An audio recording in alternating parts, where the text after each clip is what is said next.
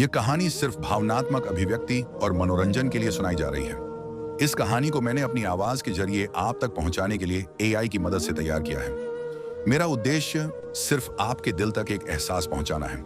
इसमें किसी भी तरह का व्यक्तिगत या धार्मिक संदेश नहीं है। कृपया इसे सिर्फ एक कहानी ही समझें। क्या आपने कभी सोचा है वह पिता जो गरीब था, जिसके पास ना जमीन थी, ना जायदाद, ना पैसा, सिर्फ एक बेटा था और उसके लिए वह दिन रात मेहनत करता रहा। कड़ाके की सर्दी में ठिठुरते हाथों से मजदूरी की झुलसती गर्मी में जलते कंधों से बोझ उठाया और हर दिन अपने दिल से सिर्फ यही दुआ करता रहा, हे भगवान मेरे बेटे का नसीब अच्छा कर। मैंने खुद भूखे रहकर उसके पेट को भूखा नहीं रखा, अपने पुराने कपड़े पहनकर भी उसके लिए नए जूते खरीदे, उसके भविष्य को संवारने के लिए अपने वर्तमान को मिटा दिया। फिर वह दिन भी आया जब वह अफसर बन गया।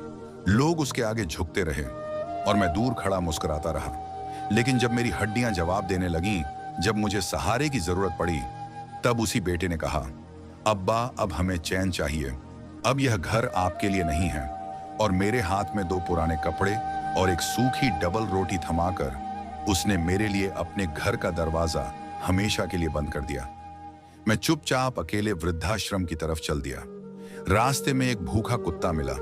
उसकी आंखों में वैसी ही उदासी थी जैसी अब मेरे दिल में थी। मैंने वह रोटी उसके सामने डाल दी।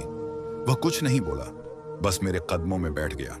वृद्धाश्रम में मैंने 3 दिन हर आहट, हर दस्तक पर यही सोचा, शायद मेरा बेटा आया होगा, शायद उसका दिल पिघल गया होगा। लेकिन हर बार मेरे सामने मायूसी ही खड़ी रही। चौथे दिन एक सुरक्षा गार्ड आया और बोला, बाबा जी, बाहर कोई आपसे मिलने आया है। मैं कांपते कदमों से दरवाजे की तरफ बढ़ा। उम्मीद के साथ दरवाजा खोला तो देखा वही भूखा कुत्ता मेरी तरफ देख रहा था, पूंछ हिला रहा था और उसकी आंखों में जैसे यह लिखा था, मैं तुझे नहीं भूला तो क्यों उनका इंतजार कर रहा है जो तुझे भूल चुके हैं। बेटा भूल गया, लेकिन एक भूखा जानवर मुझे नहीं भूला। शायद इंसान का पेट भर जाए तो उसका दिल खाली हो जाता है, लेकिन जानवर कभी बेवफा नहीं होते। कभी कभी हमारी बेवफाई हमें आईना दिखाने के लिए कोई जानवर भी काफी होता है। रिश्ते खून से नहीं, वफा से बनते हैं। और अगर हमने वक्त रहते अपने रिश्तों को नहीं संभाला तो शायद एक दिन हम भी ऐसे ही दरवाजे के उस पार होंगे।